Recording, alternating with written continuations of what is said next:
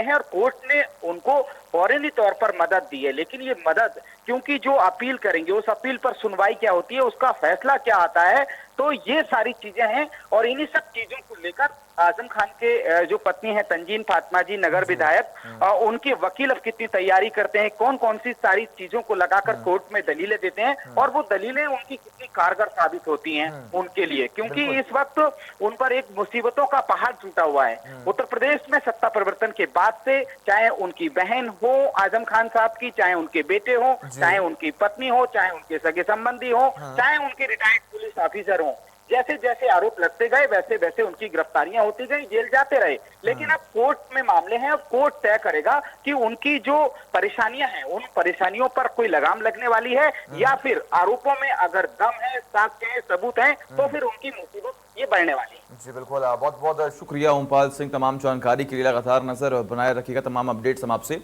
लेते रहेंगे।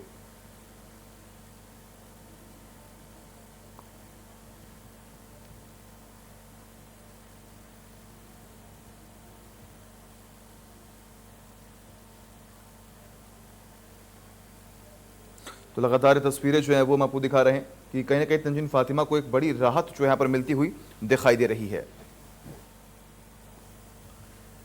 और इसी बीच एक बड़ी और अहम जानकारी हम आपको देने जा रहे हैं। बड़ी खबर आपकी टीवी स्क्रीन पर, बड़ी और अहम जानकारी। उत्तर प्रदेश में एक दिन का लॉकडाउन अब खत्म हो चुका है।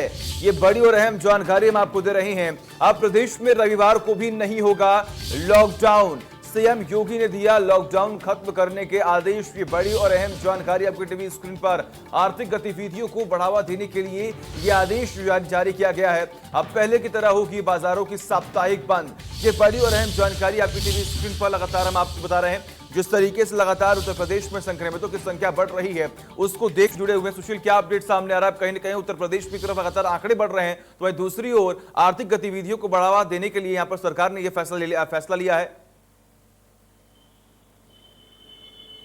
जी बिल्कुल सचिन, सही कहा आपने, क्योंकि तकरीबन 5 महीने से ऊपर का वक्त हो गया है और ऐसे में सरकार ने तमाम प्रयास किए, फिर चाहे साप्ताहिक के 2 दिन लॉकडाउन की बात कर ले या फिर 1 दिन की बात करें, या फिर अब उसको भी हटा दिया गया। यानी जो आंकड़ा बढ़ने वाला है वो लगातार बढ़ रहा है, उसमें कमी नहीं आ रही है। और ऐसे में आर्थिक मंदी जो है पूरी तरीके से सरकार के इर्द गिर्द घूम रही है और लोगों की परेशानी खड़ी कर रही है लोगों के सामने। लेकिन कहीं ना कहीं इसको देखते हुए सरकार ने जो पहले शनिवार का जो लॉकडाउन था उसको हटाया, यानी सप्ताह में जो 2 दिन शनिवार और रविवार का लॉकडाउन था उसको पहले शनिवार हटाया, फिर उसके बाद 1 हफ्ते चलाने के बाद फिर अब उनको ये लगा कि आर्थिक मंदी के जो है इससे बहुत ज़्यादा फर्क पड़ रहा है और कहीं ना कहीं जो कोरोना वायरस की जो संक्रमितों की संख्या है उसमें इजाफा में कमी नहीं आ रही है, तो उसको संडे को भी जो है वो लॉकडाउन हटा दिया गया। यानी अब पूरी तरीके से यूपी से लॉकडाउन पूरी तरीके से खत्म हो चुका है। और जैसे जो है पूर्वाह्न से समय में जो जैसे दुकानें खुलती थी, शनिवार को एक एरिया में, रविवार को दूसरे एरिया में, इस तरह से अलग अलग जो है दुकानें खुलती थी, उस हिसाब से अब फिर से दुकानें खुलेंगी। यानी पूरी तरीके से जो लॉकडाउन का जो ग्रहण था वो पूरी तरीके से खत्म हो चुका है। और निश्चित रूप से जो तमाम जो तबका था, फिर चाहे वो छोटा जो ठेला खुमचा वाला था या फिर बड़े व्यापारी थे, तमाम ऐसे ऐसे लोग थे जिनको कहीं ना कहीं 2 दिनों के हफ्तों के बंदी से परेशानी हो रही थी, जिसको देखते हुए, आर्थिक मंदी को देखते हुए सीएम योगी आदित्यनाथ जब गोरखपुर 2 दिवसीय दौरे पे आए थे, 3 दिवसीय दौरे पे आए थे और लगातार अन्य जिलों का भी वो भ्रमण कर रहे थे, उस दौरान उन्होंने ये देखा कि कहीं ना कहीं जो शनिवार और रविवार की जो बंदी है उससे कहीं ना कहीं कोरोना वायरस के जो आंकड़े हैं उस पर कोई बहुत फर्क पड़ता नजर नहीं आ रहा है। दूसरे आर्थिक मंदी, तो इसको देखते हुए पूरी तरीके से यूपी में लॉकडाउन को हटा दिया गया है। बिल्कुल सुशील, ऐसे में अगर हम बात करें तो आर्थिक गतिविधियों को बढ़ाने के लिए कार्य तो सरकार यहाँ पर कर रही है, लेकिन दूसरी अगर हम बात करें तो लगातार जो संक्रमितों की संख्या उसमें इजाफा हो रहा है। हालांकि सीएम योगी जमीनी स्तर पर कार्य कर रहे हैं, तमाम आइसोलेशन वार्ड्स बनवाए जा रहे हैं, बेड की संख्या को बढ़ावा दिया जा रहा है, लेकिन उसके बावजूद भी कहीं ना कहीं कोई लापरवाही जरूर बढ़ती जा रही है, जिसकी वजह से ये आंकड़े आसमान को छू रहे हैं।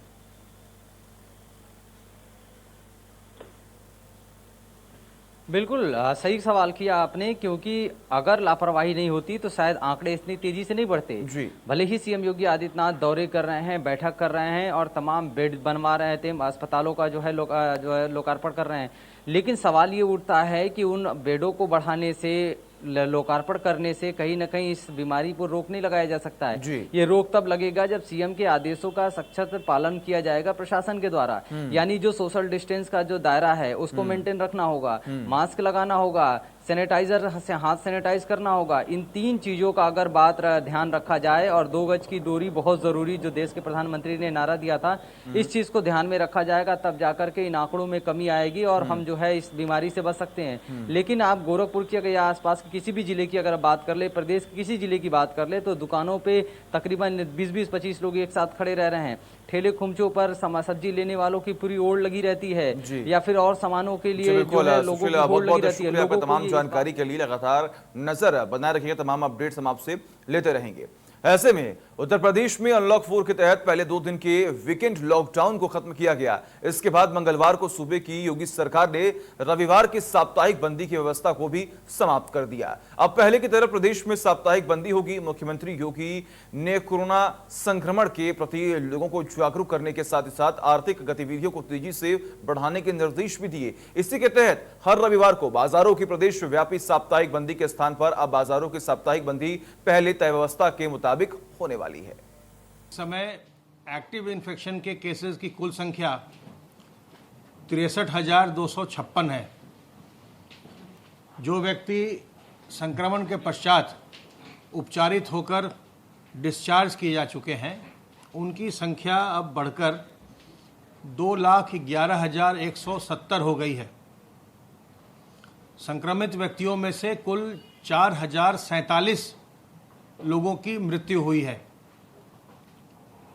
कल प्रदेश में 1,43,184 सैंपल्स की जांच की गई और इस प्रकार अब तक प्रदेश में 67,73,289 सैंपल्स की जांच की जा चुकी है। इनमें हर हालत में संक्रमण को रोकने के लिए लोगों की टेस्टिंग की जाए, इनमें सफाई व्यवस्था की जाए जिससे कि आगे संक्रमण ना फैले, और 2 गज की दूरी, मास्क है जरूरी, इसका इंश्योर किया।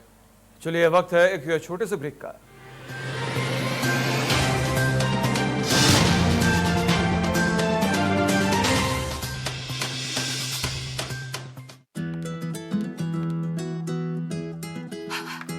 बदबू का खौफ कभी नहीं, क्योंकि अब आया है महकती ताजगी भरा वीको का सौंफ, वीको वज्रदंती, अब सौंफ फ्लेवर में।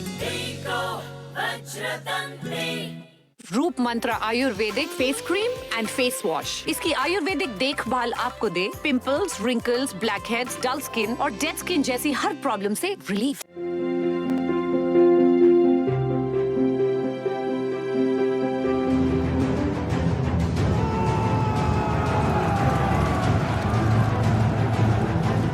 बाहर आने जाने वाले हर 4 लोगों में से एक के हाथों में कीटाणुओं के अंश रह जाते हैं।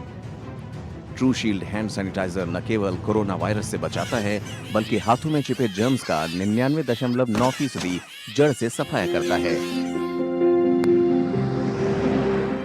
ट्रू शील्ड हैंड सैनिटाइजर को WHO की गाइडलाइंस के तहत तैयार किया गया है। पिकैडली एग्रो इंडस्ट्रीज लिमिटेड द्वारा निर्मित ट्रू शील्ड हैंड सैनिटाइजर की बिक्री और पूछताछ के लिए संपर्क करें 999-612-3411। अधिक जानकारी के लिए आप हमें ईमेल करें। हमारा ईमेल एड्रेस है trueshield@picadly.com, alcoplas@picadly.com। मुल्तानी कोका, कफ सिरप, तुलसी, वसा, यस्ती मधु, पिपली के गुणों से भरपूर, जो खांसी पर करे तुरंत असर, ताकि बदलते मौसम के साथ आप न बदलें। Vicco turmeric WSO skin cream pouch के साथ पाइए 20 ग्राम वीको वज्रदंती पेस्ट केवल 6 रुपए में। अब त्वचा चमके खूब, दांत भी रहे मजबूत।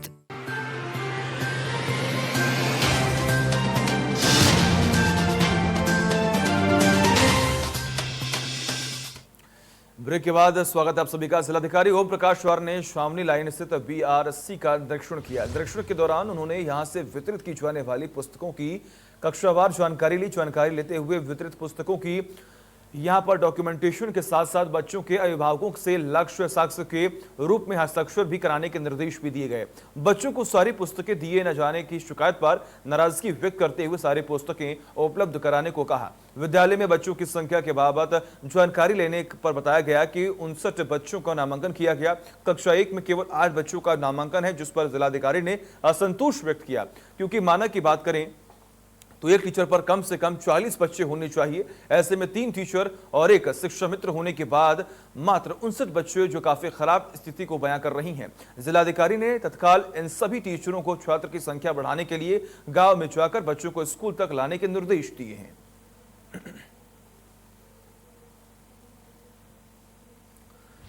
वही गाजीपुर में लोक निर्माण विभाग का बड़ा घोटाला मामला सामने आया। दरअसल पीडब्ल्यूडी की मिलीभगत से कागजों पर सड़क बनाकर तकरीबन 1 करोड़ से ज्यादा रुपए उतारने का मामला सामने आ रहा है।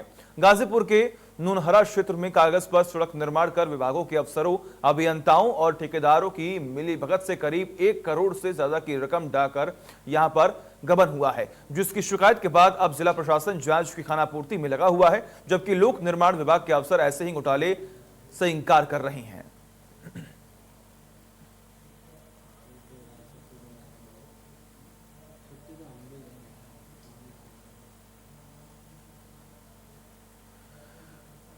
ग्रेटर नोएडा में कार सवार दबंगों का आतंक। दबंगों ने गार्ड को किया कुचलने का प्रयास। जी हां, कार सवार लोगों ने सुरक्षा गार्ड के साथ यहां पर मारपीट की।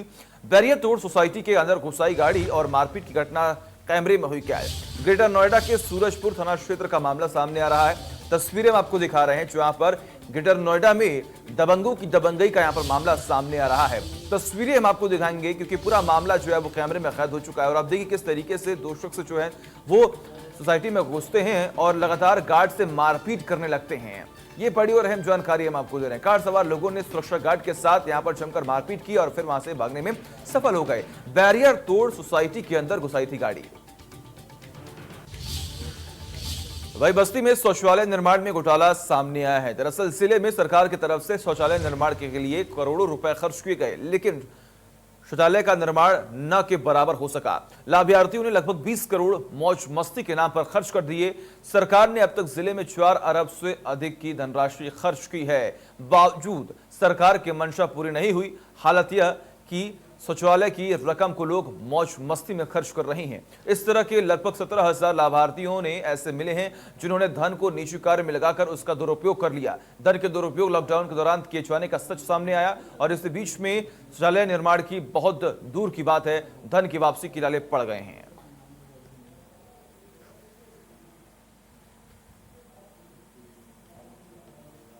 और वही सोशल मीडिया पर वायरल वीडियोस की भरमार है। कौन सी एक्टिविटी कब सोशल मीडिया की सबसे चहेती वीडियो बन जाए पता नहीं चलता। ऐसा ही एक वीडियो हम आपको दिखाते हैं जिसमें पग डॉगी एक बिस्किट के लिए कैसे दीवाना बन जाता है।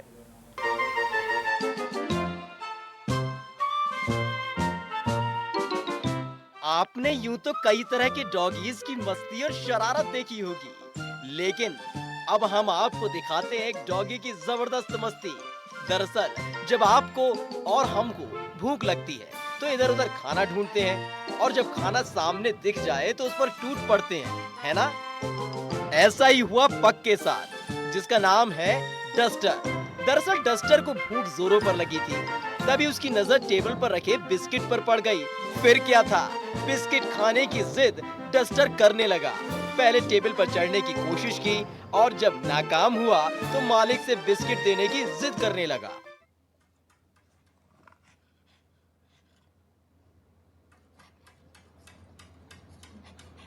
नेक्स्ट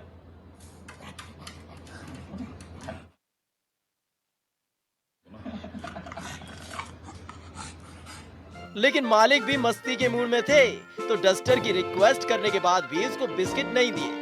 फिर देखिए डस्टर बाबू कैसे रूठ गए और जमीन पर बैठ गए।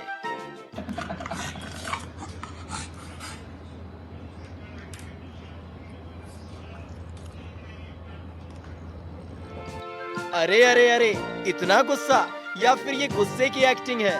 थोड़ी देर जमीन पर बैठने के बाद एक बार फिर से डस्टर ने अपने बिस्किट फ्रेम को दिखाना शुरू कर दिया, जिसके आगे मालिक पिघल गए। फिर क्या था, आखिरकार बिस्किट मिल ही गया और डस्टर का एक टास्क पूरा हो चुका था, जिसके बाद डस्टर लेने लगा लंबी लंबी राहत की सांसें।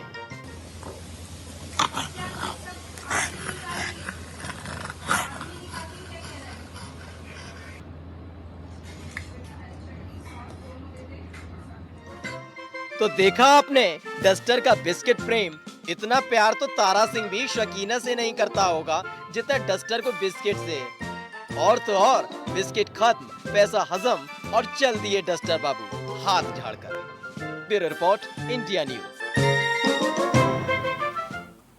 और इसी के साथ फिलहाल खबरों में बस इतना ही। देखते रहिए इंडिया न्यूज।